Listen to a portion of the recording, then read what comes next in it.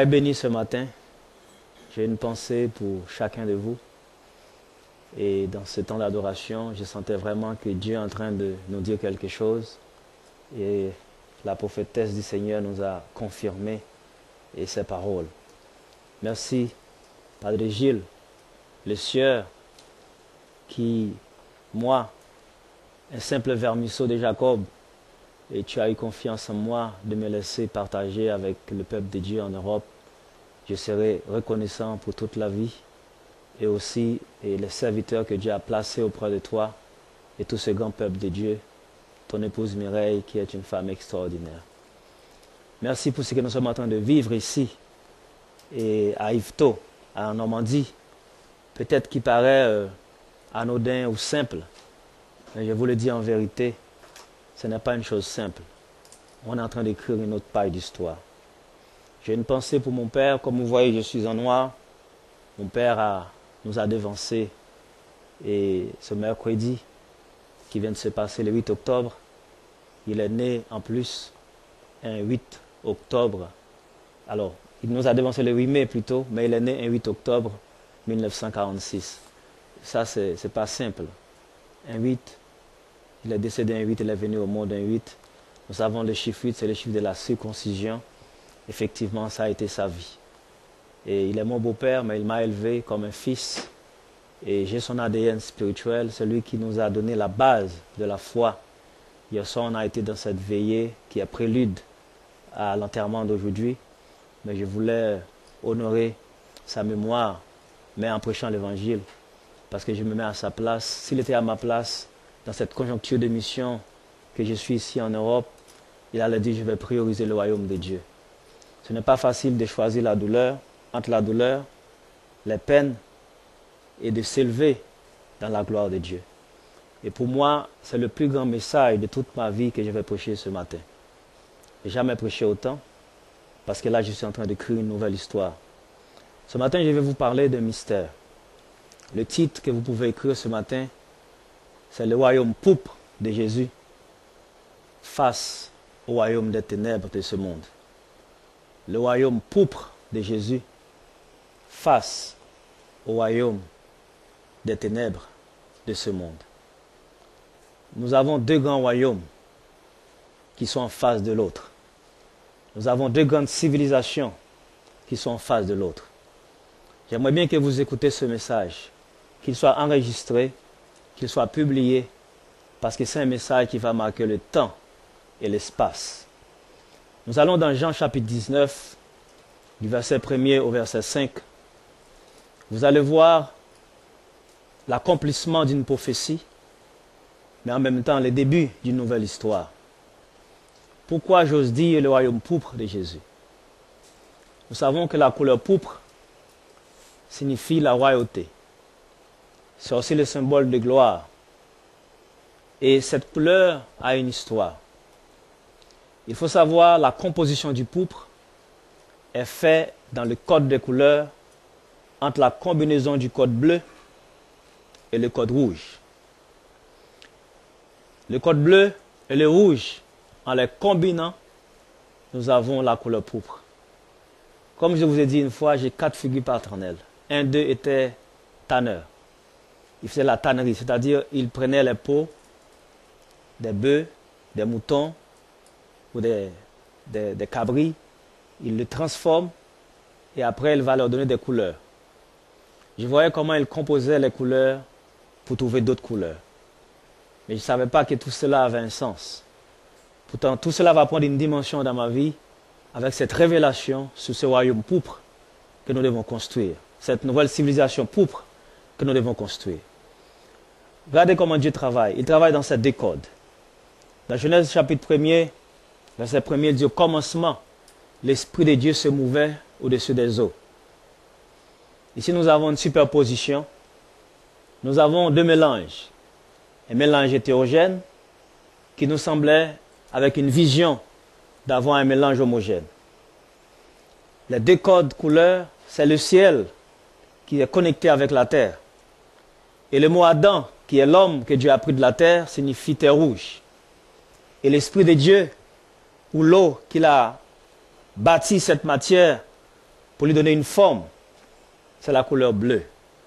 Quand le souffle de Dieu bleu se rencontre avec l'homme qui est Adam, la terre rouge, ça donne un nouveau code couleur qui est la couleur pourpre.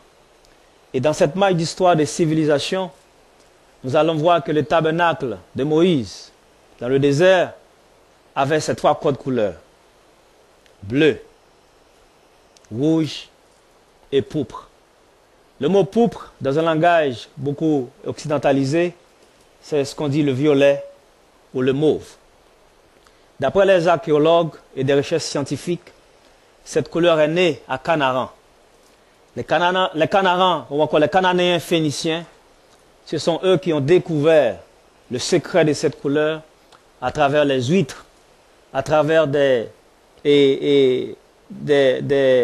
comment dire ça, à travers la mer, parce qu'ils étaient des voyageurs, ils étaient des conquérants, ils allaient au fond de la mer pour pouvoir faire des expériences maritimes. Eh bien, ils ont découvert un produit à travers une huître qu'ils vont prendre, un liquide, qu'ils vont mettre au soleil. Ça va donner un pourpre, ça va donner aussi le bleu royal que nous avons. Et c'est là que les couleurs ont eu un sens. Et cette petite couleur pourpre que les Cananéens ont découvert va faire l'objet d'une civilisation phénicienne qui va couvrir non seulement l'Orient, mais qui va se répandre jusqu'en Occident. Dans l'histoire, si vous creusez les civilisations, vous allez voir à une époque donnée, les peuples ordinaires ne pouvaient pas porter un manteau de pourpre parce que c'était réservé à une classe sociale, aux élites. C'était réservé à la royauté. Et c'est la royauté pour honorer un noble. C'est lui, ou encore c'est elle, cette royauté qui va décider si vous pouvez porter le pourpre. Quand on voit le pourpre sur quelqu'un, c'est-à-dire c'était une personne de distinction, une personne honorable. Maintenant Jésus, qui va se retrouver face à l'armée romaine, il va se retrouver dans une situation, après avoir accompli sa mission de 3 ans et demi, eh bien, il y a un mouvement spirituel qui va se passer, où en rigolant, en blaguant, en humiliant Jésus, ils vont accomplir une prophétie inattendue pour prononcer l'avenir d'une nouvelle civilisation pourpre. Regardons dans Jean chapitre 19, verset 1 jusqu'au verset 5. Il dit alors Pilate prit Jésus et le fit battre de verges. Ce matin, chaque personne qui a pris la parole a rappelé la souffrance de Jésus. C'est comme si on a été dans une dimension de la mort à la vie ce matin dans toute la perspective de l'adoration. Mais Jésus a été battu. Ici, nous avons exactement cette connexion avec Ésaïe 51, pas vrai, et jusqu'à 53, qui parle comment la souffrance de Jésus a été révélée.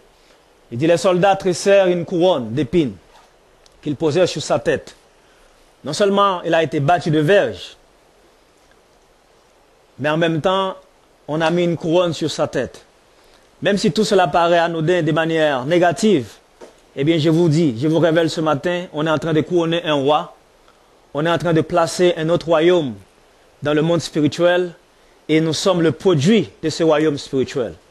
Ce matin, je veux que vous puissiez avoir une force, une confidence, que vous n'êtes juste pas des humains. Vous êtes des anges, mais que Dieu a placés dans un corps physique. Et quand vous êtes attaché à ce corps physique, vous pensez que vous êtes naturel, que vous êtes matériel, eh bien vous allez mourir comme des mortels.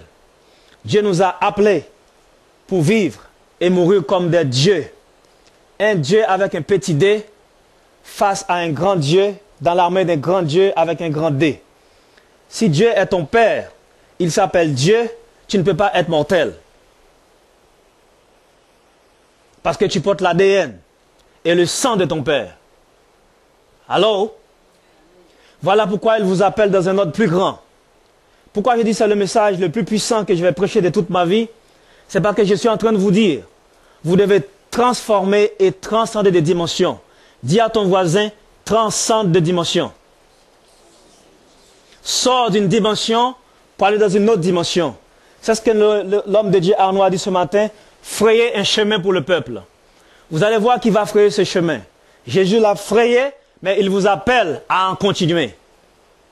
Et pour faire ce travail, il faut savoir dans quel royaume vous appartenez face à un autre royaume. Ici, nous avons Jésus qui se dresse avec autorité et avec pouvoir face à tous les systèmes de ce monde, afin de manifester dans le règne spirituel, qui va se manifester dans le règne physique, un nouveau royaume. Ce matin, je veux que vous soyez avec moi. S'il faut dire Amen quand nous prêchons, essayez aussi de dire Amen. Encouragez comme dans les matchs de football. Quand nous étions en train d'assister à la France, on disait « Allez les Bleus ». Quand on est avec Paris Saint-Germain, on dit « Allez Paris ». Mais ce matin, je vais entendre « Allez Jésus ». Pas comme ça. « Allez Jésus ». Allez Jésus. Voilà l'armée que nous appartenons. Ici, il dit, on a mis une couronne de pins sur sa tête. Et il le revêtit de quoi? Répétons ensemble. Il le revêtit d'un quoi? D'un manteau de? Encore, d'un manteau de? C'est-à-dire, Hérode avait seulement le droit de porter ce manteau. En tant que chef, les Césars avaient seulement le loisir, l'honneur, la gloire de porter le pourpre. Et voilà l'homme du village qui est né dans une Pâque.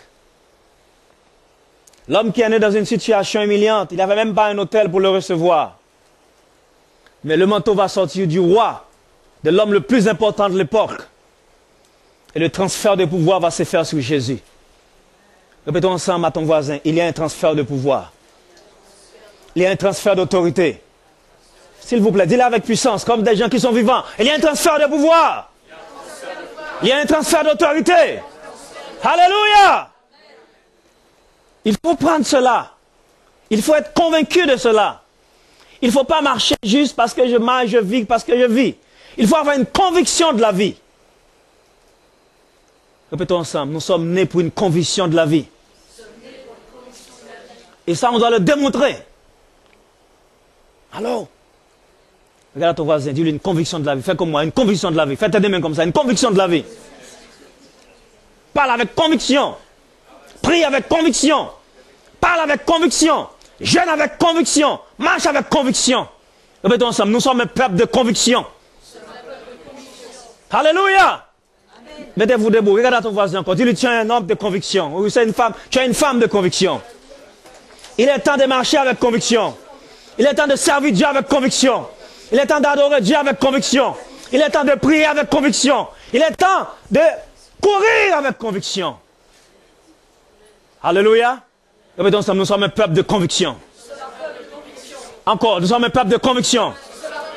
Dis-le comme si tu allais mourir aujourd'hui. Tu es un peuple de conviction. J'ai dit encore, tu vas le dire comme si c'était ton dernier souffle. Tu es un peuple de conviction. Je suis un homme de conviction. Tu es une femme de conviction. Alléluia. Alléluia. Je suis un homme de conviction. En chantant, je suis un homme de conviction. Je suis une femme de conviction. Nous sommes un peuple de conviction. Nous sommes une famille de conviction. Tu es un homme de conviction. Tu es un enfant de conviction. Tu es un fils de conviction. Nous sommes une famille de conviction. Alléluia. Enlève la timidité. Dis à ton voisin, enlève la timidité. Secoue-le un petit peu. Enlève la timidité, mon frère. Secoue-le un petit peu. Enlève la timidité. Alléluia. Mettez-vous, s'il vous plaît. Nous sommes un peuple de conviction. Un homme de 33 ans dans l'histoire s'est levé avec une conviction. Il s'est levé avec une idée. Il s'est levé avec une pensée. Quand on le demande d'où viens-tu, il dit mon royaume n'est pas de ce monde. Quand on lui dit mais c'est pas le fils du charpentier, il dit moi je suis le fils de Dieu. Quel est le regard dont tu portes sur toi-même et sur celui que tu adores ce matin? On vit trop en dessous de la possibilité de Dieu. On vit trop en dessous des défis de Dieu. On vit trop en dessous du caractère de Dieu. On vit en dessous trop de la dimension que Dieu nous appelle. Ici nous avons un homme face au plus grand royaume du monde. L'Empire romain, c'est 10 tribus barbares qu'il a composées. Ce sont les Hérules, les Vandales, les Ostrogoths, les Wisigoths, les Anglo-Saxons, les Francs. Tout cela, ce sont les 10 tribus barbares qui forment l'Empire romain. Des guerriers. Il s'est dressé devant un pouvoir. C'est pourquoi je dis le royaume pourpre de Jésus face au royaume des ténèbres de ce monde. Il faut savoir que nous sommes ici d'un royaume. Et Dieu nous envoie pour bâtir un autre royaume. Quand vous avez cette conviction, vous savez que vous êtes ici pas au hasard. Nous ne sommes pas ici pour manger juste, alléluia, des patates douces ou du riz, des haricots. Ça fait partie du ration alimentaire qui garde ses corps. Comme l'automobile qui a besoin de l'essence, de l'énergie avec le moteur pour fonctionner. Mais l'automobile, c'est pour porter celui qui va conduire, celui qui va à une destination. Ce corps est un véhicule qui transporte un homme et une femme venus de notre monde. Moi, je ne suis pas d'ici-bas ce matin. Je suis d'un autre royaume. C'est pourquoi je ne vise pas la mort comme tout le monde. Je ne pleure pas la mort comme tout le monde. Parce que je sais que mon père, il a vécu 62 ans de ministère avec fidélité. Il a accompli sa mission dans ce royaume. Il va dans le royaume d'où il est venu. Voilà ce que tu es. Il a créé des hommes pour les faire devenir des dieux. Et nous, on marche comme des mortels. Dis à ton voisin, je refuse de vivre comme un mortel. Il y a une dimension d'idée. Il y a une dimension de révélation. Il y a une dimension de potentiel qui peut prendre l'homme d'une dimension pour l'amener dans une autre dimension. L'homme est le seul être qui est capable d'achever quelque chose avant même de le commencer. Ce matin, il y a un rêve, il y a un chemin à frayer. Nous sommes plus juste des simples soldats. Nous sommes plus des simples êtres humains. Nous sommes appelés à former un royaume. Nous sommes appelés à prendre part dans ce royaume pourpre. Nous sommes appelés à manifester quelque chose de plus grand de ce que ce royaume du monde a vu. Jésus est en train de se mettre dans l'histoire en posant ses pieds dans une nouvelle civilisation. Il a manifesté le Père. Il a manifesté la gloire. Il a manifesté l'autorité. Il a manifesté le pouvoir. Il a manifesté quelque chose de destiné. Tout ce qui a été écrit pour lui, il a compris que quelque chose a été écrit. La Bible n'a pas seulement révélé l'ADN de Jésus, mais elle a révélé ton ADN aussi. Maintenant, c'est à toi de prendre les promesses de Dieu et de manifester cela. Tu ne peux plus vivre comme des mortels. On a dit, Paul, si tu vas à Jérusalem, on va te battre. Si tu vas à Jérusalem, on va même te tuer. Si tu vas à Jérusalem, voici les contraintes qui vont arriver. Il dit, je ne fais point des cas de ma vie comme si elle m'était précieuse, pourvu que j'accomplis avec joie l'appel et la vocation qui m'a été confiée. Voici un homme qui défiait les douleurs. Voici un homme qui défiait, alléluia, toutes les oppositions humaines, gouvernementales, constitutionnelles, institutionnelles, civilisationnelles, afin d'amener le royaume de Dieu.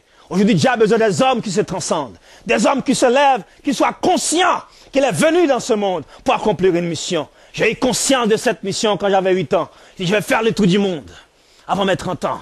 Aujourd'hui, je suis dans cette puissance révélation.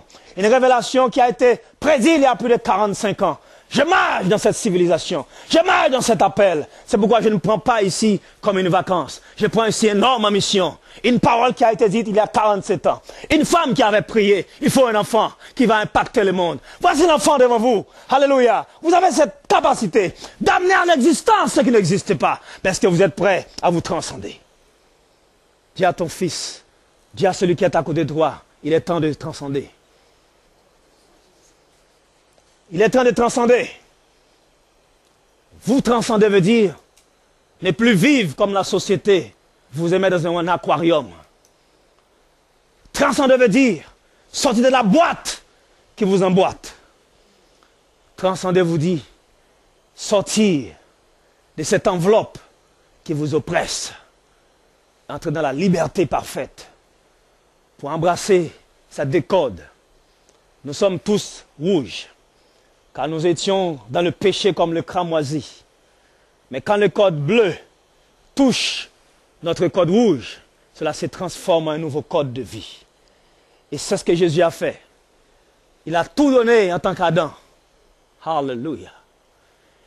Il a tout donné en tant que jeune homme.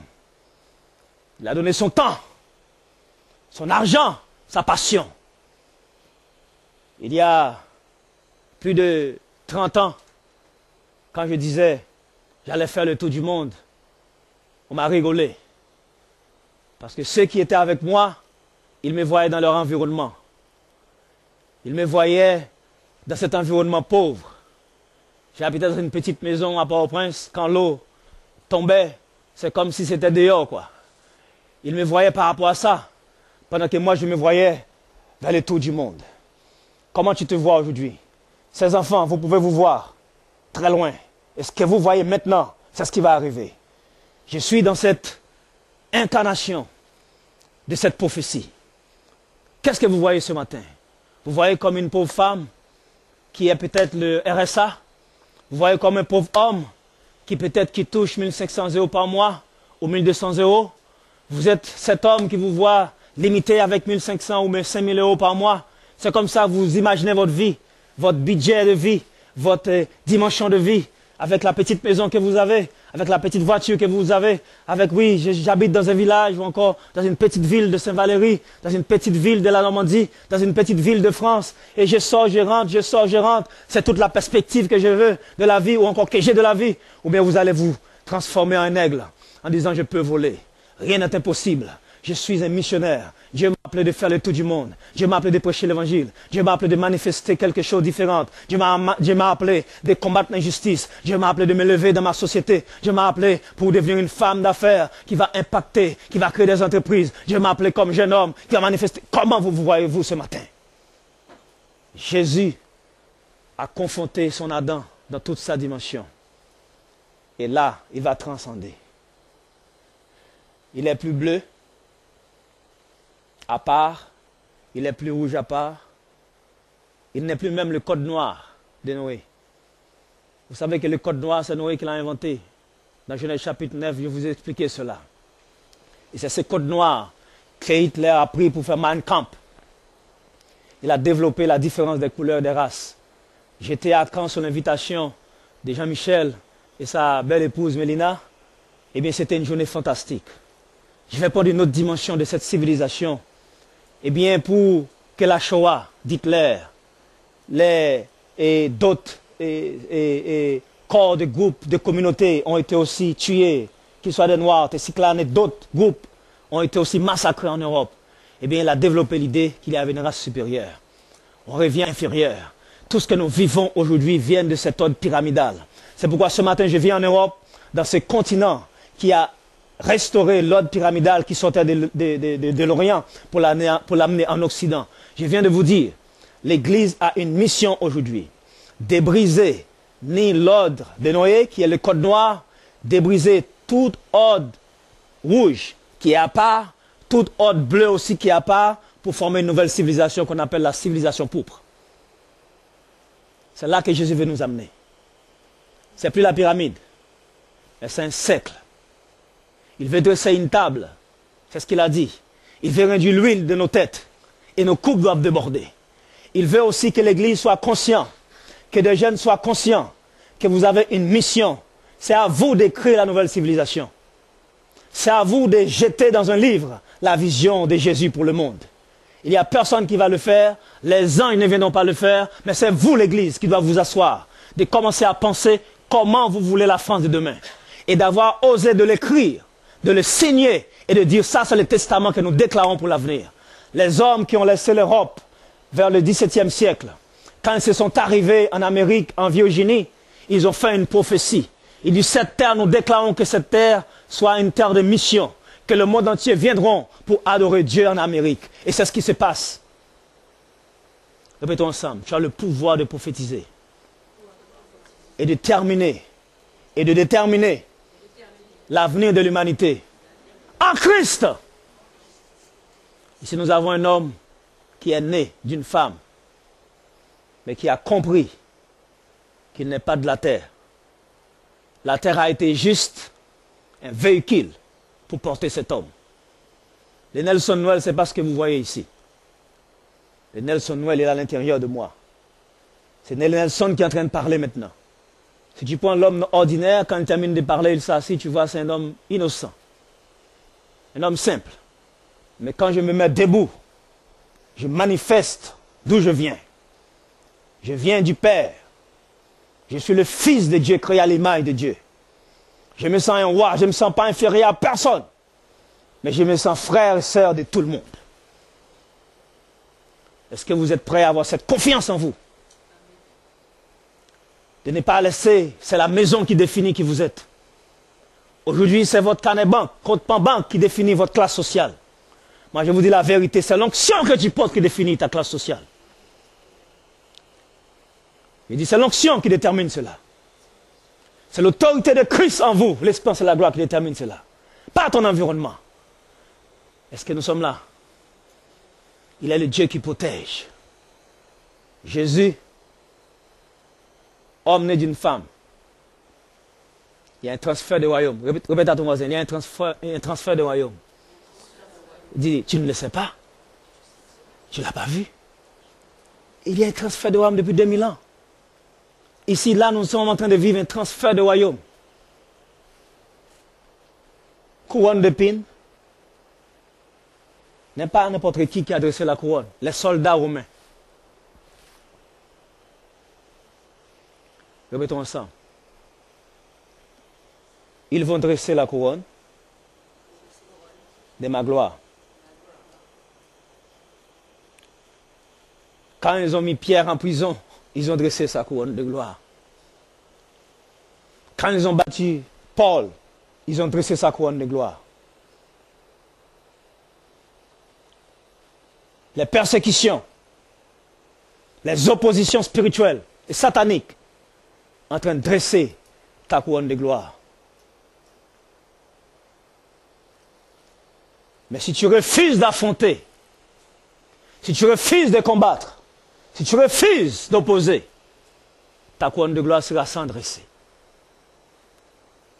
Parce qu'il faut des soldats pour dresser la couronne d'un roi.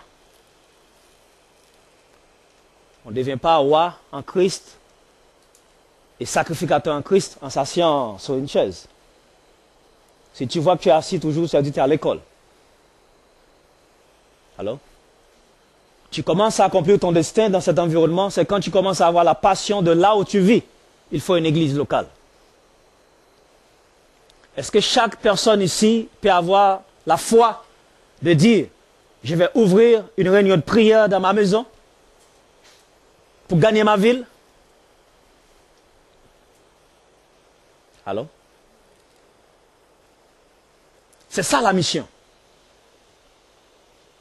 Chaque personne ici a une responsabilité pour sa ville. Dieu t'a placé dans ta ville, dans un territoire pour conquérir le territoire. Qui est prêt à faire cela? Même si tu commences avec ton mari et tes enfants.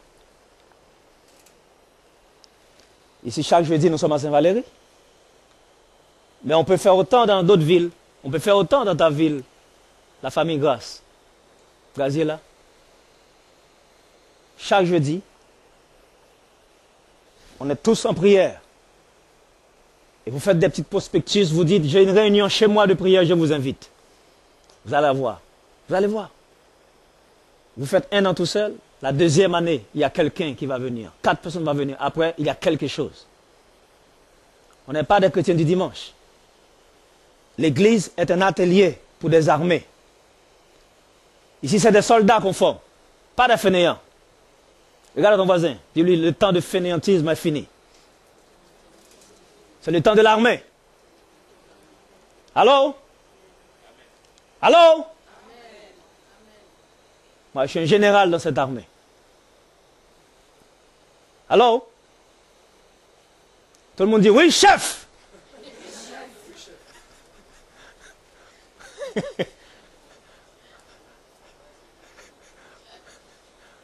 Ça fait sens, non? Ce soir, on l'a, on l'a pas. La religion est trop fainéante pour des hommes de guerre. La religion est trop fainéante pour des hommes d'esprit.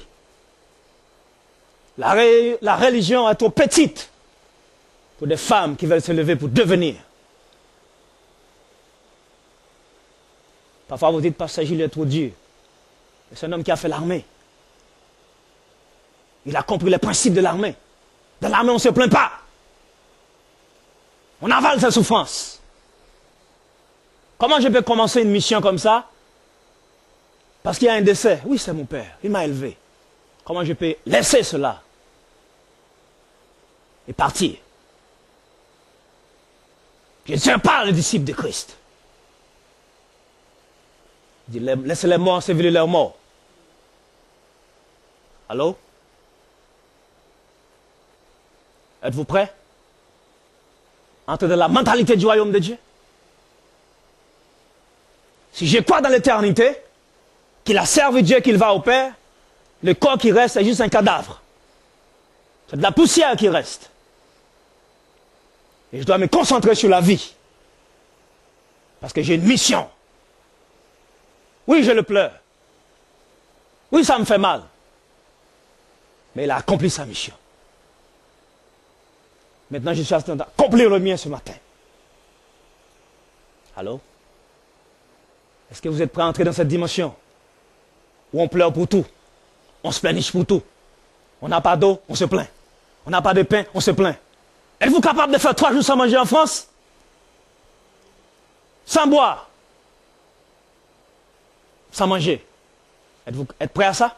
Moi, je le fais dans votre ville. Sans que vous n'allez pas casser une banque. Appelez tous vos copains dans la rue pour demander. La foi, c'est quelque chose qu'on vit. C'est une armée. Ce n'est pas une assemblée de mauviettes, des paresseux, des pleurnicheurs. Jésus est un guerrier. Il veut former des disciples à son image. Allô? Les femmes, vous plaignez de tout. Les hommes, vous plaignez de tout. Ma femme est comme ci, ma femme est comme ça, mon mari est comme ci, mon mari est comme ça. On se plaint, on se plaint, on se plaint. C'est comme si nous avons une université de se plaindre. Regardons le bon côté des choses. Va que ton mari, il est beau. Va que ta femme, elle est belle. Va que tes enfants sont beaux. Et approchez-vous vers la destinée. Il y a tellement de choses à apprendre. Il y a tellement de choses à se focaliser. On se focalise sur des miettes. Pendant que Dieu nous donne tout ça.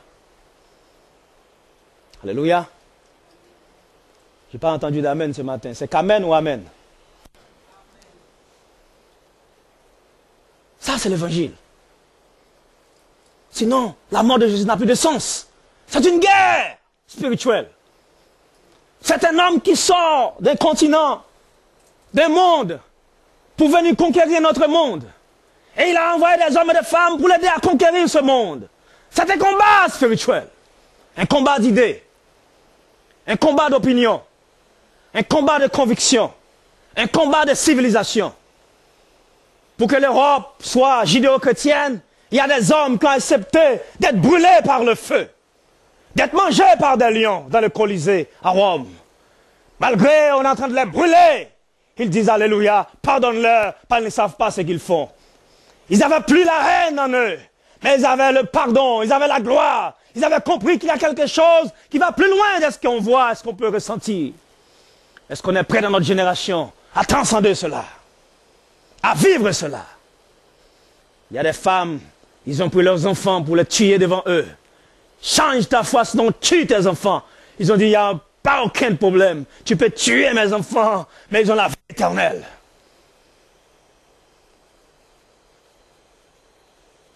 Êtes-vous prêts face à de telles images?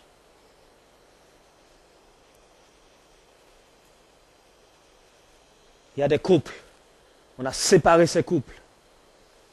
La femme de l'autre côté, l'homme de l'autre côté, mangés par des lions. Ils se regardaient comme ça, ils adoraient Dieu. On est prêt à vivre cet évangile-là? On veut continuer dans la religion. Vous travaillez pour qui? Vous travaillez pour le système de ce monde ou vous travaillez pour Dieu? Si vous travaillez pour Dieu, vous faites de l'argent pour Dieu, vous allez vous réunir pour investir dans des projets de Dieu. Hello? Mais comme vous ne travaillez pas pour Dieu, on travaille pour le système. On ne fait plus des grands projets pour Dieu, on n'est plus ambitieux pour Dieu. Tout le monde a peur. Et les méchants deviennent plus méchants. Mais où sont les justes qui doivent devenir plus justes?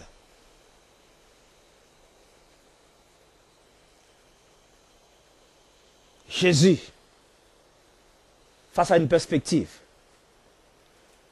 on l'a battu, on a mis des couronnes sur sa tête, il avance. Certaines personnes pouvaient renoncer après les fouets. Il dit non, j'abandonne, j'enlève tout ce que j'avais dit. Mais il a continué. Et là, on a mis un manteau de pourpre sur lui. Ça change de dimension. Automatiquement, sans le savoir, ils ont transféré le royaume. Et la petite pierre est devenue une grande montagne, comme Daniel chapitre 2. Nous ne sommes plus seulement dans une perspective du futur. Nous sommes déjà dans la perspective du royaume. Allons maintenant dans Zacharie 2, verset 1er. Vous allez comprendre la perspective. Dans Zacharie 2, alors pour certains, ça va être, on parle des 4 forgerons. Regardez dans votre traduction ce que vous avez pour la présentation. Zacharie chapitre 2, mais pour d'autres versions, ça peut être Zacharie 1, verset 23. On va voir pour Michael qu'est-ce qu'il a. Zacharie 1, c'est ça, verset 18. Il dit, je levai les yeux et je regardais et voici, il y avait 4 cônes. Tout le monde dit 4 cônes. Continuez. Verset 19. Je dis à l'ange qui me parlait avec moi, qu'est-ce que ces cônes? Répétons ensemble, qu'est-ce que ces cônes? Il me dit, ce sont les cônes qui ont dispersé Juda, Israël et Jérusalem. Ici, nous avons une perspective de dispersion et de combat. Les cônes dispersent Juda, Israël et Jérusalem. En gros, les cônes dispersent le peuple de Dieu. Nous avons une perspective des royaumes de ce monde, mais qui est influencée par Satan. Et leur but, c'est de disperser le peuple de Dieu. Ils votent des lois pour vous disperser. Ils votent des lois pour vous intimider. Mais ils ne le savent pas. Parce qu'ils sont sous l'emprise de Satan le diable. Maintenant, vous voyez des humains. Mais il faut apprendre à avoir des esprits. Regarde à ton voisin. Tu n'es plus un humain. Tu as un esprit. Regarde-lui. Et il faut être clair de quel esprit que cette personne manifeste. L'esprit qu'il manifeste, ce qu'il est. Hello. Si Dieu pouvait ouvrir ton œil spirituel pour voir l'état d'esprit des gens, vous serez étonné. Il y a des gens qui marchent comme ça, bien habillés, mais ils sont des serpents. Il y a d'autres qui marchent, ils sont des scorpions. Il y a d'autres qui marchent, ils sont des porcs. Oui. Il y a d'autres qui marchent, ils sont comme des chiens. Ils manifestent un esprit. Mais on peut être aussi des moutons. Pas les moutons comme le monde le définit. Hein. Des moutons qui n'arrivent pas à parler, qui n'arrivent pas à avoir une voix, qui voient l'injustice, qui n'arrivent même pas à parler parce qu'il a peur. On n'est plus ces moutons-là. Nous, on est des moutons qui parlent contre l'injustice. Alors, on a des moutons qui peuvent se lever pour dire au président Biden, cette direction que vous prenez, elle est mauvaise. On a des moutons qui peuvent dire au président Macron, cette direction, cette loi que vous avez votée, elle est injuste sur le plan de Dieu. Et c'est ces moutons-là qu'il faut être. Alors, s'ils ont le courage de le voter, on a le courage de dire aussi, c'est injuste. C'est ça, hein. C'est ça, porter le manteau de pourpre. Dis à ton voisin, tu veux porter quel manteau? Porte ton manteau de pourpre. Et là, on n'est plus droite, gauche. On n'est plus bleu seulement, on n'est plus rouge seulement, on n'est plus noir seulement. On devient pourpre. On porte l'ADN de Dieu en nous. On porte l'esprit de Dieu. On est cette eau qui porte le souffle de Dieu. Là, on devient un mélange hétérogène, non? Mais un mélange homogène, comme le café et le lait. Eh bien, s'il y a des cornes qui dispersent, j'ai en train de vous montrer la perspective des 4 empires universels. Les 4 cornes, ce sont les 4 empires universels. Rome, avant plutôt Babylone, avec Nebuchadnezzar et Belshazzar. Je vous ai expliqué ces choses déjà, vous avez une idée de quoi on parle. Le deuxième corne, c'est les Médo-Persans, la Perse et les Médo-Persans. Mais Babylone, c'est l'Irak d'aujourd'hui. Les Médo-Persans, c'est l'Iran d'aujourd'hui. Face à deux autres royaumes, qui sont des cônes aussi, qui est la Grèce d'Alexandre le Grand et Rome de Trajan, de Marc Aurèle et de César. Eh bien, ces quatre cônes ont la même mission ici. Ils changent juste de nom, mais pas de vision, pas de perspective. Est-ce que vous êtes là avec moi? Ils ont le même esprit, la même onction. Ils font partie du même royaume, mais avec différents noms, juste pour vous distraire. Mais ils ont la même vocation, disperser Juda, Israël et Jérusalem. On voit comment le monde se dresse contre Israël aujourd'hui. Le 7 octobre, tout le monde pleurait. Ouh, wow, quel massacre sur Israël. Et d'un coup, tout le monde change leur costume. Allô? Eh bien, c'est la mission de ces cônes. C'est de détruire le fondement de la civilisation du royaume de Dieu. Parce que Satan sait très bien, s'il arrive à contrôler Jérusalem, il contrôle le reste du monde. T'as vu? De l'an 70 à 1945-47, le diable a contrôlé Jérusalem. Eh mais dis-moi, si tu dis la civilisation, qu'est-ce qui s'est passé dans le monde? Le monde était sous le contrôle du paganisme. Le monde des ténèbres s'est levé.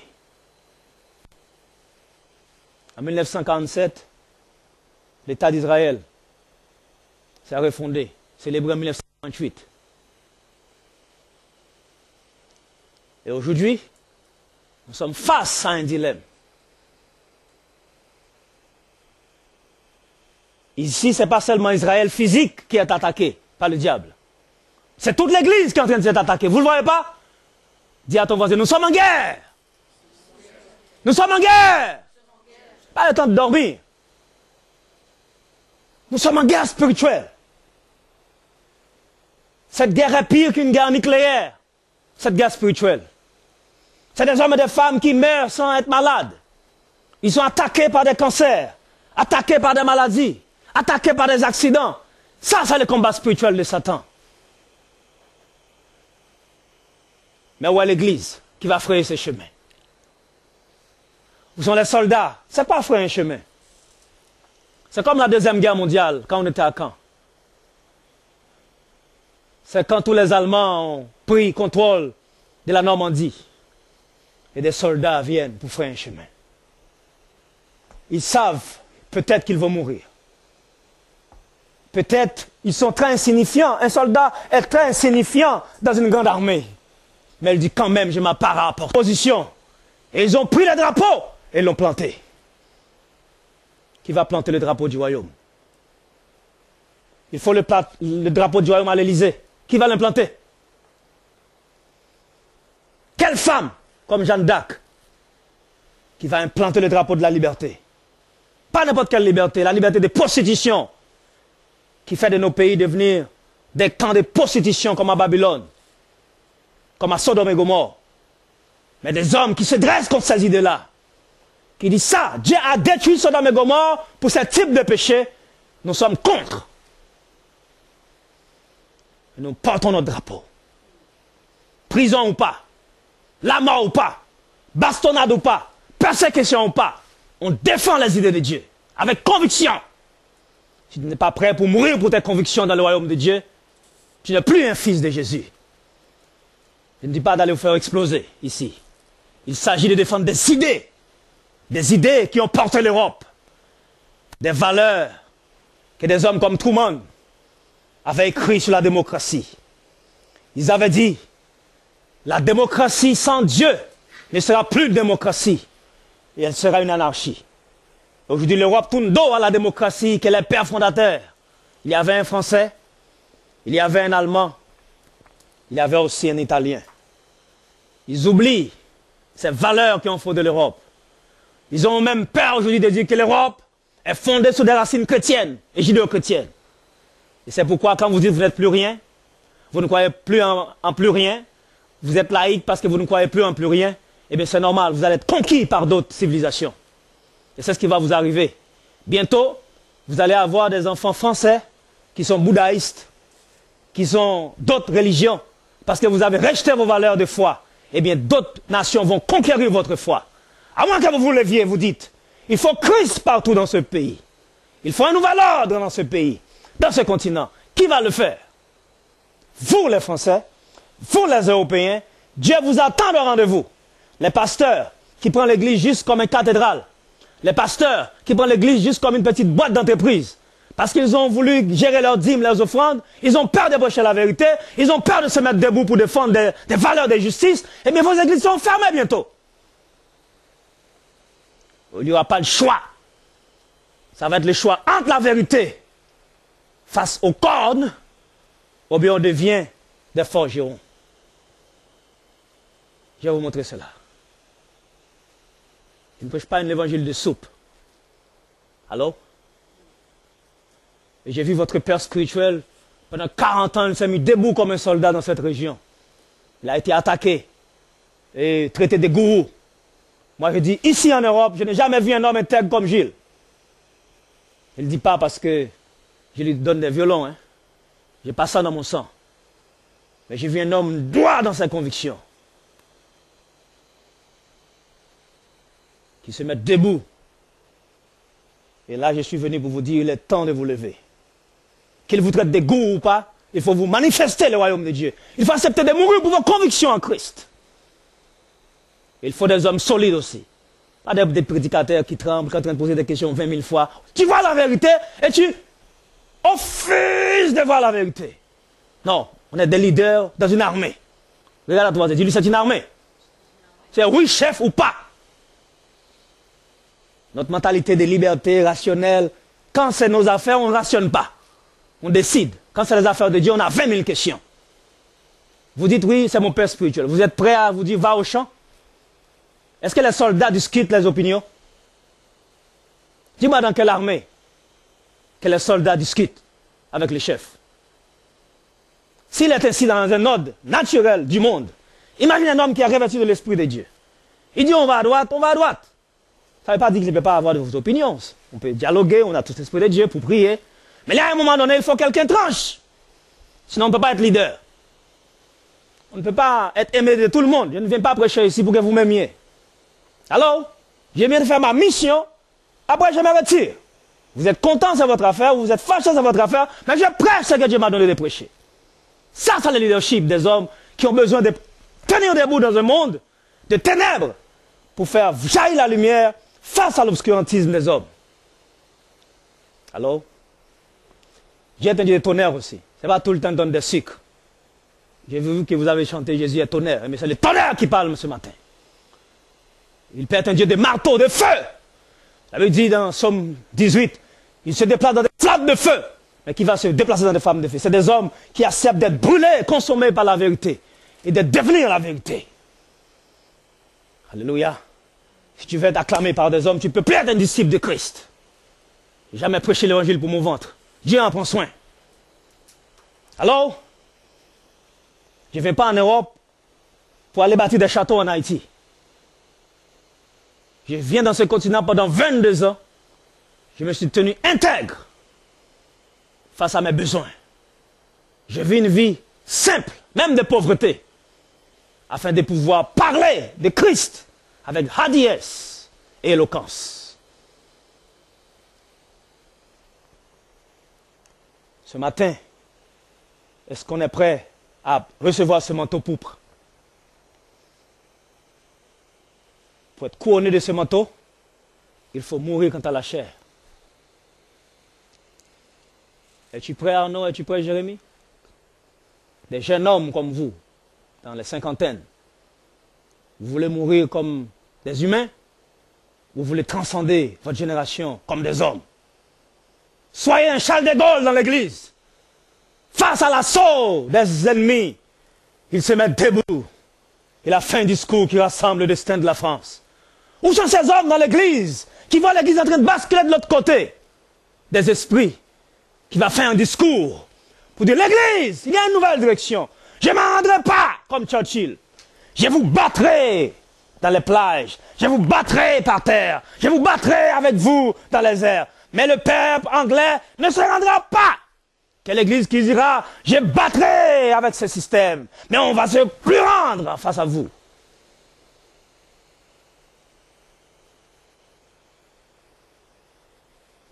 On vient, on pense qu'on est dans un petit paradis, un petit coin. Alléluia, on chante, on rentre chez nous. Et puis Satan est en train de prendre du terrain.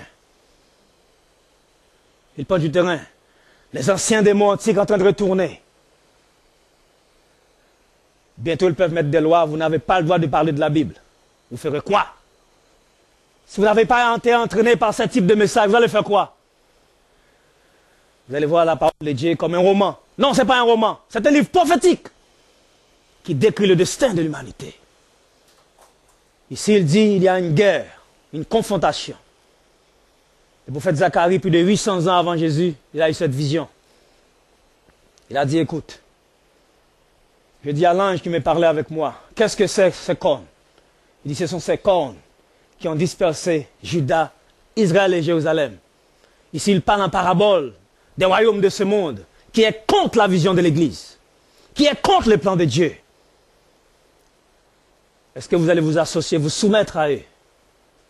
Ou bien vous allez être dans la résistance? Tout le monde dit la résistance. Il faut de résistance.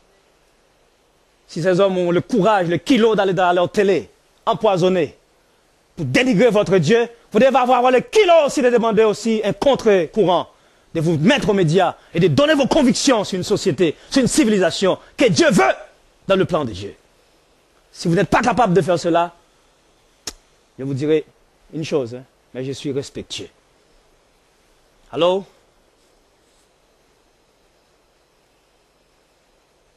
Vous pensez que c'est comme ça? Des jeunes hommes de 18-20 ans acceptent d'aller à la guerre? On les endoctrine. On leur dit mourir pour la patrie, c'est la liberté de ton peuple. Eh bien, mourir pour la patrie qui est le royaume de Dieu, cette vision de Jésus pour le monde, c'est aussi sauver l'humanité. Et soit on est un soldat, ou bien on fait pour son ventre. Et là, on meurt comme des mortels, comme des gens ordinaires, comme n'importe qui. Moi, je ne peux pas passer inaperçu. Car ces messages sont enregistrés, même dans 1000 ans, ce message aura un écho. Un seul homme va venir prendre juste petit ce message, il va écrire des livres avec. Il dit un homme que j'avais envoyé, un petit haïtien de nulle part, de la bourse d'Haïti, qui avait donné une vision pour l'Europe. Il est tenu debout en Normandie, et il a prêché l'évangile, envers et contre tous. C'est ça l'évangile. Des hommes qui vont conquérir des territoires, pour libérer un peuple, et pour frayer un chemin. C'est ça le frayer le chemin. Il dit, ces cornes ont dispersé Juda et Jérusalem. Verset 20. L'Éternel me fit voir 4 forgerons. Répétons ensemble, 4 forgerons. Dieu vous appelle à être des forgerons. Répétons ensemble, ton nouvel appel, tu es un forgeron. C'est quoi le forgeron? Qu'est-ce qu'il fait? Qu'est-ce qu'il fait? Il va fondre des fers, il va les battre, il va les transformer. C'est ce que vous êtes. Des forgerons. Vous imaginez la chaleur d'un forgeron? Le four, la sueur, le courage que ça demande, la persistance que ça demande, hein? la mobilité, hein? L'énergie, la volonté que ça demande. Sans un forgeron, on n'est rien du tout. Et Dieu a vu 4 forgerons. C'est ce que j'aime avec Dieu. Dans la perspective du mal, des injustices, il y a toujours une perspective de Dieu pour amener la lumière. Hitler pensait qu'il était le seul coq chanté dans le monde. Dans son rêve, il voulait un royaume de 1000 ans, dans l'anarchie. Mussolini s'est levé aussi, dit la même chose. Staline, Lénine, ces hommes se sont levés. Ils se coiffent tous. Ils ont décision de vie ou de mort sur tout le monde. Et c'est ce même comportement qu'il y a nos gouvernements aujourd'hui. Ils se prennent pour Dieu. Il faut des hommes qui disent à ces chefs d'État, vous n'êtes pas Dieu, vous ne le serez jamais. Vous êtes des hommes. Il faut des hommes qui les rappellent ces choses-là. Vous êtes des humains. Mais vous pouvez devenir des dieux. En ayant l'esprit de Dieu. En vous soumettant à lui. Et en laissant Dieu bénir vos nations et vos peuples. Mais en vous détournant de Dieu, au lieu d'adorer Dieu, d'adorer Satan, de faire des sacrifices humains, de boire des sangs des innocents, d'envoyer des bombes l'un contre l'autre, vous ne pouvez pas créer une civilisation de Dieu en cette dimension-là. Cette perspective, elle est mauvaise. Allô? Nous sommes des pacificateurs. Nous sommes des ambassadeurs de paix et de justice. Mais parler de la paix ne veut pas dire ne pas défendre la justice. Allô? Jeanne d'Arc a défendu la justice pour son peuple. Où sont les soldats d'aujourd'hui qui vont défendre la justice? Gandhi s'est levé sans violence. Il a délivré son peuple. Moi, je vais en Haïti prochainement. Je vais parler à mon peuple. Envers contre tous. Je suis contre ni ceux qui mettent ce peuple et ces jeunes hommes avec des armes pour s'entretuer. Et je suis aussi contre cette communauté internationale qui cautionne ces voleurs en costume et en cravate. Allô? Si je ne suis pas capable de dire ça dans ma génération, je vais vivre pourquoi? Je vais vivre pourquoi? J'existe pourquoi? Hein? Si vous voulez envoyer une force multinationale pour détruire ces jeunes, mais ils ont où les armes? Ils les trouvent où? Un jeune qui n'arrive même pas à acheter une chaussure pour 20 $, il a une arme dans sa main qui coûte 70 000 $ américains. Il la trouve où? Qui lui a financé? Eh bien, il faut une force multinationale aussi pour les voler en cravate. Allô? C'est ça la justice. La perspective, c'est quoi? Quand les cornes se lèvent, il faut des forgerons. L'Éternel me fit voir quoi? Qu'est-ce que tu vois? Regarde, tu vois quoi? Qu'est-ce que tu vois dans tout ça? Regarde, voisin, qu'est-ce que tu vois? Tout le monde est loin dans sa pensée ce matin. Regarde ton voisin, dis-lui, qu'est-ce que tu vois? Tu vois que les cornes ou les forgerons? On va le refaire encore. Regarde ton voisin, avec amour. Qu'est-ce que tu vois? Tu vois que des cornes ou des forgerons? On va aller dans la deuxième perspective. Qu'est-ce qui s'est passé maintenant? Je dis, que viennent-ils faire? Et il dit, ce sont les cornes qui ont dispersé Judas tellement que nul ne lève la tête. C'est pas la première fois. Hein. Devant l'Empire romain, qui pouvait élever la tête? Ils massacraient tous sur leur passage. Babylone, les Médo-Persans, la Grèce, ils écrasaient des nations. Mais la Bible dit, je vois 4 forgerons. Fais comme ça, baisse la tête. Relève la tête. Baisse la tête. Relève la tête. Comme les enfants. Il dit, personne ne lève la tête. Tout le monde se rend. L'Église de France, tout le monde se rend. Les pasteurs se rendent. Où sont les pasteurs des fédérations dans ce pays? Tout le monde se rend. Parce qu'ils ont peur que l'État enlève cet échec. On se rend. On a peur. On avale l'homosexualité. On avale l'euthanasie. On avale, on avale, on avale. On avale tout. Et tout le monde se rend. Et là, une autre perspective commence. 2 visions du monde. 2 paradigmes. 2 images. 2 portraits. 2 scénarios. Et ces forgerons sont venus pour les effrayer. Que font les forgerons? Que font les forgerons? Comment tu effraies quelqu'un? Ha!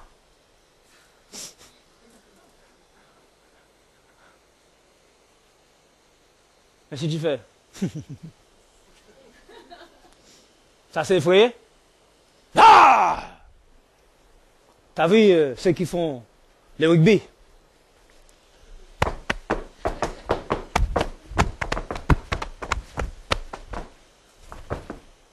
Ça c'est effrayé. Où est ton mouvement d'effrayer?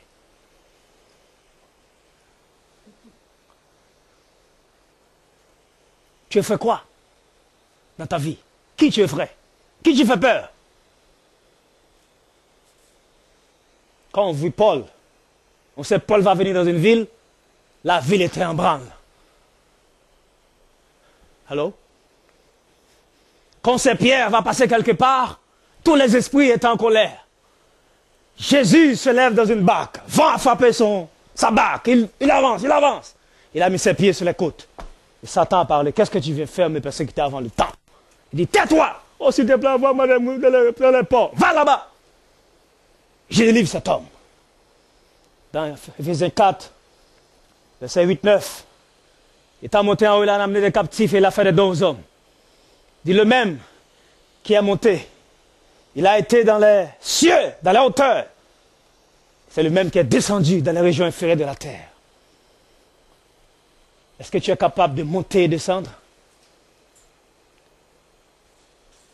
Prends l'évangile dans une perspective de soldats, de guerriers, de rois, de conquérants. Il dit, ils sont venus pour faire quoi? Pour effrayer le royaume des ténèbres qui est dans les hommes. On n'est pas contre les hommes, mais on est contre les ténèbres qui sont en eux. Est-ce que c'est clair? Je ne suis pas contre le gouvernement français, mais les ténèbres qui sont dans ce gouvernement, je suis contre. Je ne suis pas contre l'Europe, mais je suis contre des lois qui sont en train de voter, qui amènent le monde contre Dieu. Et quand tu vas contre Dieu, tu as une première guerre mondiale, tu as une deuxième, tu as une troisième inévitablement, si tu es contre Dieu. Et ça, il faut le dire, afin qu'il réalise le danger. On ne joue pas avec Dieu. Dieu n'est pas un homme pour mentir, ni un fils de l'homme pour se repentir. D'Apocalypse 11, verset 14, il dit, le deuxième malheur est passé, et bientôt il va y avoir un troisième malheur. Troisième malheur, c'est la troisième guerre mondiale.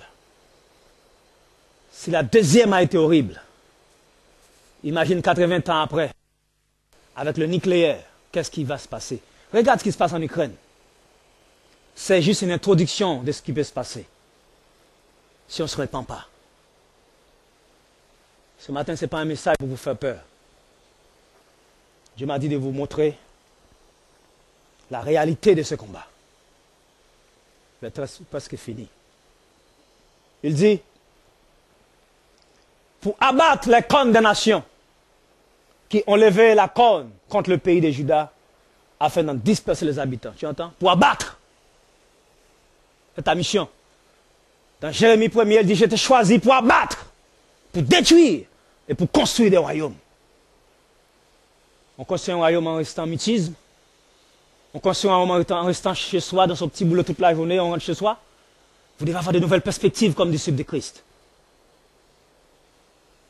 Quand il y a une communauté de 50 personnes quelque part, vous êtes tous riches. Il faut juste vous asseoir et dire quelle économie nous pouvons créer ensemble. Je vous garantis, il y a des milliardaires qui vont sortir ici. Et à ceci, vous allez avoir le temps de servir Dieu et le temps d'aller en mission pour Dieu. Mais tout ce que vous restez dans le même système, vous ne pouvez pas accomplir votre destinée normalement. L'Église n'a pas compris cela. Il faut une économie pourpre. Jésus est venu pour une nouvelle économie. Une économie de liberté. C'est pourquoi dans Actes chapitre 4, les 5000 âmes étaient réunies. Ils ont créé une nouvelle économie.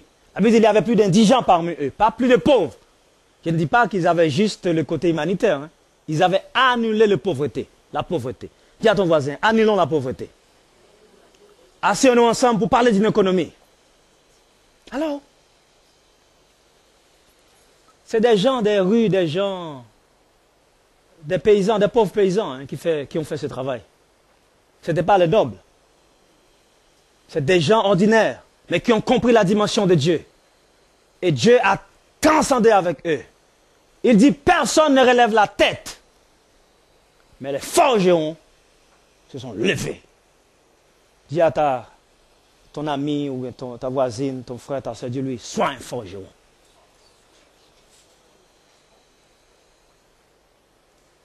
Jeune homme, prends un forgeron. Pour Christ.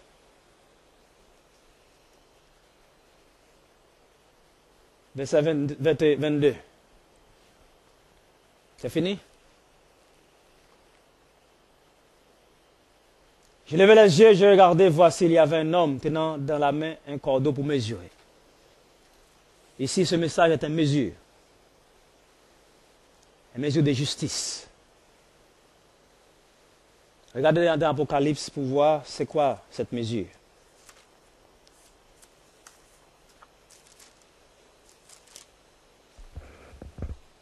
Apocalypse 11, verset 1 jusqu'au verset 2.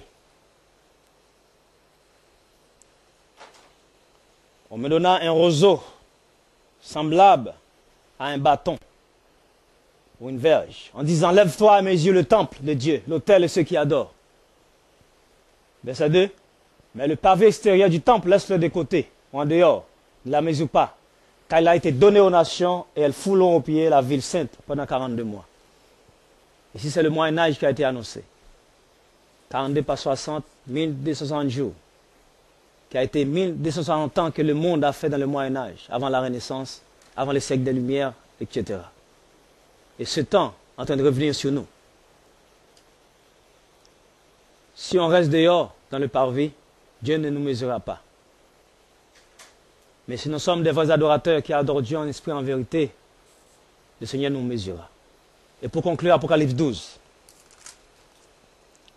verset 7 au verset 12. Il y eut une guerre dans le ciel. Michael et ses anges combattirent contre le grand dragon. Et le dragon et ses anges combattirent aussi. Mais ils ne furent pas les plus forts. Et leur place ne fut plus trouvée dans le ciel, tu vois. On est en guerre spirituelle. Cette guerre, c'est maintenant. Le ciel ici, c'est des positions spirituelles que les hommes occupent en termes de gloire, de position, d'influence. Michael, c'est le nom militaire de Jésus. Ses anges, c'est l'Église. C'est vous, le peuple de Dieu. Mais le dragon, c'est le système de ce monde. Et leurs anges, ce sont leurs employés. Beaucoup d'hommes que vous voyez, ils ne savent pas ce qu'ils font. Ils sont sous l'influence du dragon, qui est Satan le diable. Ils prennent des décisions sous l'onction de leur maître. Et toi, tu dois prendre des décisions sous l'onction de ton maître, pas sous leur onction. Il faut choisir sur quelle onction on va travailler aujourd'hui. Sur quelle autorité qu'on va travailler aussi. On va travailler sur l'autorité, car l'Esprit du Seigneur est sur moi, parce qu'il m'a oint pour annoncer la bonne nouvelle aux malheureux. On va travailler sur l'onction, car l'onction du diable est sur lui, pour amener la misère, l'oppression, l'injustice aux malheureux. Ils sont encore pauvres, mais il y a un système qui est en train de les prendre encore. Aujourd'hui, on n'est plus dans le tiers-monde, on est dans le quart-monde. 193 pays. 20 pays gèrent 95% de l'économie mondiale. 5 pays. 20 pays, 193% de l'économie. Pardon, 20 pays, 95% de l'économie. 173 pays avec 5% de richesse. Et vous me parlez de justice, vous me parlez de paix. Dieu va nettoyer les Nations Unies. Il va nettoyer l'OEA. Il va nettoyer l'Union européenne. Il va nettoyer toutes ces institutions de malhonnêtes. C'est une bande de voleurs et des bandits. Des hypocrites. Il met la bombe dans une main et ils apportent la paix dans une main. Cet esprit doit sortir dans les institutions mondiales. Il faut des hommes de courage qui les annoncent cela. Vous ne pouvez pas bâtir une civilisation avec cet esprit de voleur. Allô? Et c'est là l'Église doit jouer son rôle. Vous ne pouvez pas vous garder silence. Quand vos pays vont en guerre, faire des désordres, vous devez avoir le courage de dire non. Ça, c'est un crime. Ça, c'est la méchanceté. C'est l'Église qui doit prêcher ce genre de message. Si on fait silence, on cautionne, vous faites partie aussi.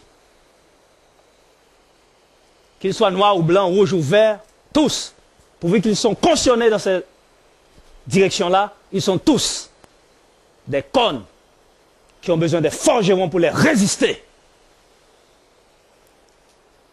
C'est ça la justice. D'abord, toi, c'est quoi la justice? Ce n'est pas une religion. Elle est une pensée politique. Là, je parle de la politique de Dieu, de la géopolitique de Dieu. Si les gens volent, on ne peut pas dire qu'ils ont volé. S'ils détruisent, on ne peut pas dire qu'ils ont détruit. Les armées, ce n'est pas pour écraser le peuple. Les armées, c'est pour protéger. Les gens ont le droit de manifester, de donner leur idée. J'ai vu pendant les gilets jaunes, des yeux sont partis. Pourquoi? Parce qu'ils disent la vérité. Si les planteurs n'arrivent pas à voir, ils donnent toute leur vie à cause de la terre pour nourrir une population. Et ils n'arrivent même pas à manger à leur faim. Ils ont le droit de manifester. Et vous avez le droit, comme l'Église, de parler pour eux aussi. Mais nous, on est silence.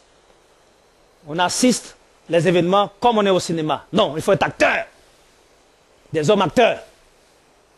Dans l'éducation, des hommes acteurs dans l'économie, des hommes acteurs dans la science, des hommes acteurs dans tous les domaines du nucléaire. Dieu nous a envoyés en mission. On vient de notre monde avec une idée de Dieu pour créer notre civilisation. Sachez bien que ce message ce matin est un message apostolique et prophétique. J'ai fondé ce fondement comme un sage architecte. Celui qui va bâtir dessus, qu'il prenne garde à la manière qu'il va bâtir au-dessus. Que vous soyez scientifique, que vous soyez contremaître, que vous soyez pauvre, riche, agriculteur. Sachez que ce message qui est prêché aujourd'hui, il y a des conséquences spirituelles qui vont derrière. Si la France, l'Europe ne se répand pas, elle tombera dans l'horreur la plus plausible de toute l'histoire de l'humanité. Mais ce n'est pas le but.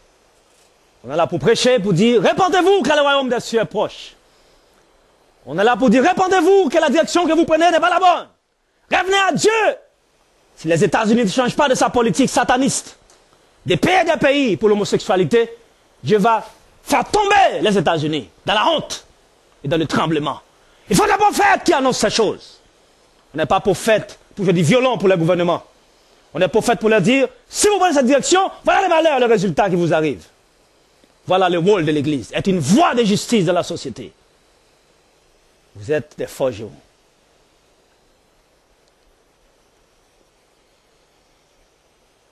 Qui résistent. Et là, il y a une guerre. Michael et le grand dragon. Il a jeté le grand dragon sur la terre. Qu'est-ce qui s'est passé? Et il fut précipité, le grand dragon, le serpent ancien, écoutez bien, appelé le diable et Satan. C'est lui qui séduit toute la terre. Tu entends? Répétons ensemble. Séduction. Il vous séduit avec des lois, à l'eau de rose, et à l'intérieur de cette loi, il y a des couleuvres.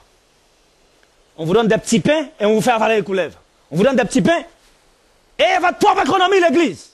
L'Église doit se lever avec des hommes intelligents, qui disent nous voulons voter, développer une nouvelle économie. Une économie pourpre. Car notre roi, il est pourpre. C'est lui qui a pris le manteau. Et après, qu'est-ce qui s'est passé? L'armée romaine. Tombée. Ici, c'est une petite continuité de l'armée romaine. Mais c'est déjà tombé. C'est à nous de comprendre que c'est tombé. C'est à nous de prendre le pouvoir. Le temps est arrivé pour que l'Église reprenne le pouvoir. Le pouvoir de Dieu. Le pouvoir de la constitution et des institutions. Oui, nous sommes capables. Formez vos enfants avec une vision qu'ils deviennent des députés, des sénateurs partout dans le pays. Et pendant les élections, vous envoyez partout. Ils vont changer la loi. Parce qu'ils seront une majorité. Ils seront des hommes dans les grandes institutions qui vont valoriser la parole de Dieu. N'ayez pas honte d'être le candidat de l'Église.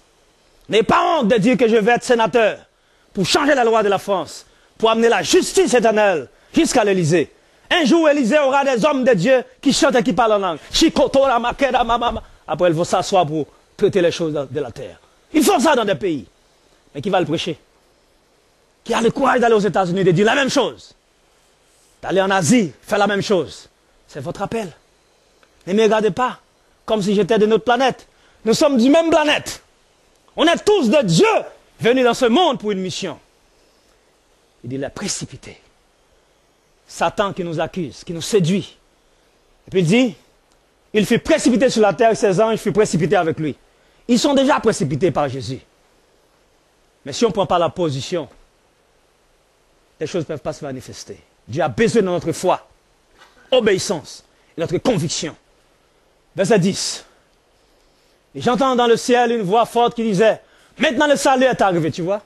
Et la puissance et le règne de notre Dieu. et l'autorité de son Christ, car il a été précipité l'accusateur de nos frères, celui qui les accusait devant Dieu notre jour et nuit. Mais il l'a déjà précipité. Mais l'Église doit entrer dans cette pleine confiance. Que ce système que vous voyez aujourd'hui, des cornes qui dispersent, est à sa fin. Les hommes seront dans leurs genoux. Ils vont pleurer comme des petits enfants. Quand la colère de Dieu va se manifester. Verset 12, verset 11. Ils l'ont vaincu à cause de quoi? Répétons ensemble. Vaincre. Vaincre. Regarde ce qu'il dit là. Ils l'ont vaincu à cause quoi? À cause du sang de l'agneau. Oui, on a le sang de l'agneau, mais il n'y a pas que ça. À cause du témoignage. C'est ce que je fais là ce matin. Je témoigne pour le vaincre. La troisième chose, ils n'ont pas aimé leur vie jusqu'à craindre la mort. C'est ça qu'on a peur. Regarde ton voisin. Tu es prêt à mourir pour le témoignage? Regarde ta femme, oui, dis-lui. Tu es prêt à mourir pour le témoignage? Nous, on a enseigné un petit message, tu vois, de l'eau de rose. Regarde ton voisin, est-ce que tu es prêt à mourir?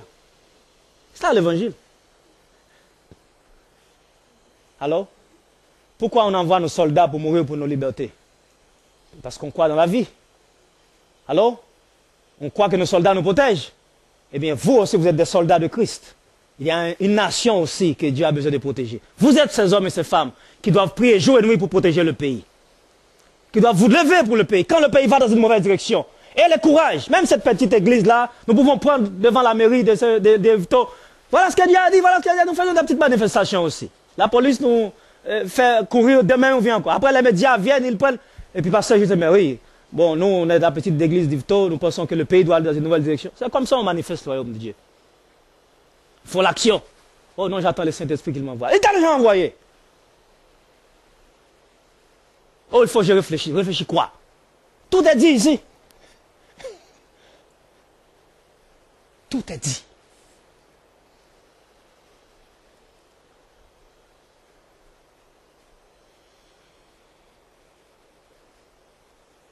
Et n'ayez pas peur de témoigner. Ils doivent entendre ces choses. Ils doivent attendre ces vérités. Qui ça passe à CNN? Amen. Allô? Qui ça aille joindre Macron, président Macron, maintenant dans son bureau? Alléluia! Que ça retrouve Joe Biden aux États-Unis? Chakanama Hokotalabaketa. Parce que Jésus n'a jamais reculé devant le royaume des ténèbres. Et je termine là, mes bien-aimés. Apocalypse 16, versets 12 à 16. Je veux que vous lisiez ça. Et moi, je termine. C'est vous qui allez faire cette dernière lecture. Apocalypse 16, versets 12 à 16. Je compte sur 4 et vous commencez à lire. 3, 4.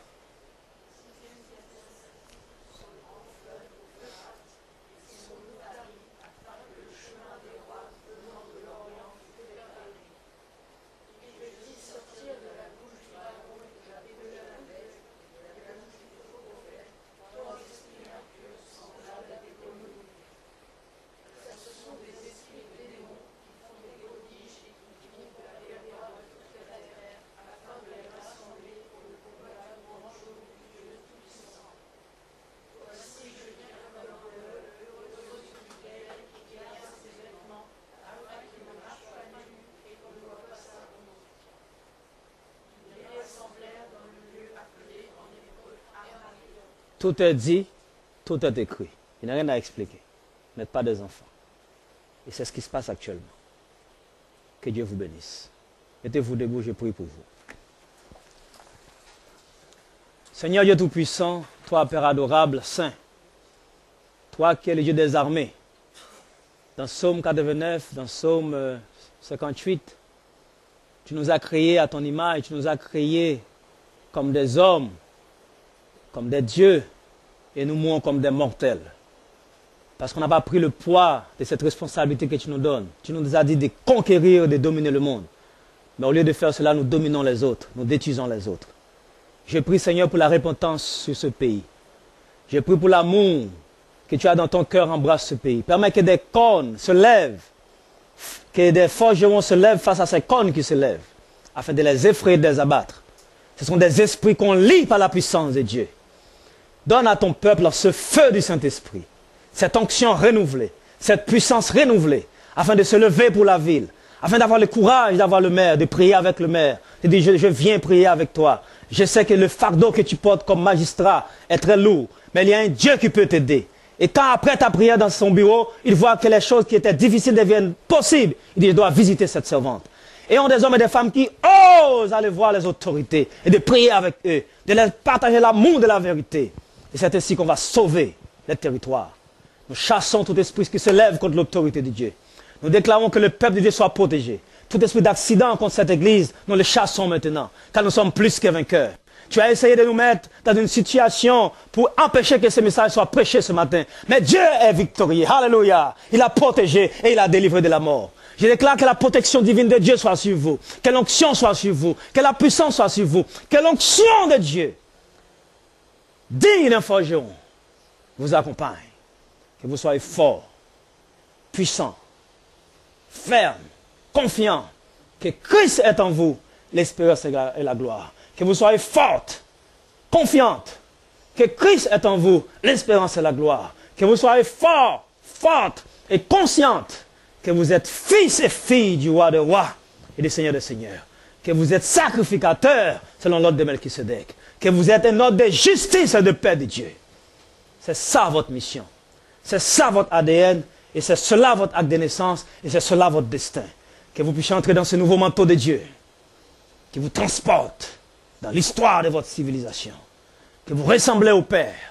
Que vous défiez tout ce qui vous empêche d'être amour. Manifestez l'amour. N'écrase personne. Aimez votre épouse. Aimez vos enfants. Aimez votre mari. Donnez tout. Voilà comme un ange de Dieu venu en mission. Que ton amour le transforme, la transforme. Si vous êtes célibataire aussi, criez sur votre amour. Jusqu'à ce que l'élu va venir. Que Dieu vous protège. Qu'il vous couvre dans cet amour divin. Cet amour qui change le temps et les circonstances. Cet amour qui ne veut personne périr, mais qui veut tout parvenir à la connaissance de la vérité. Mais comment entendront-ils parler s'il n'y a personne qui prêche? Comment entendront-ils parler? Comment il y aura des prédicateurs s'ils ne sont pas envoyés? Comment entendront-ils parler de celui qu'ils n'ont pas entendu parler? Qui a cru à ce qui a été annoncé? Foyez un chemin pour le peuple. Foyez un chemin pour le peuple. Matthieu 24, 14, Matthieu 24, Matthieu 23, 13. Il dit, vous allez la terre à la mer pour faire un prosélyte. Et quand ils sont devenus, vous les faites devenir 2 fois 2 mots plus que vous. Vous êtes la porte de la mort. Dans Matthieu 16, 13 à la fin, il dit, je vous donne les clés du royaume. Ce que tu lis sur la terre, tu as le pouvoir de lier les esprits impurs qui attaquent vos gouvernements. Mais il faut des hommes et des femmes qui prient. Devenez une présence du Saint-Esprit. Juste un rendez-vous. Vous mettez pied dans la mairie. Tous les esprits démoniaques dans leur vie est chassés. Ils sont devenus notre homme. Mais par la présence de l'Esprit. Une église qui se sanctifie, qui prie, qui gêne pour leur pays, qui pleure pour les âmes. Des hommes et des femmes qui laissent ce manteau pour entrer dans une autre dimension. Que Dieu vous bénisse, peuple de Dieu. Amen.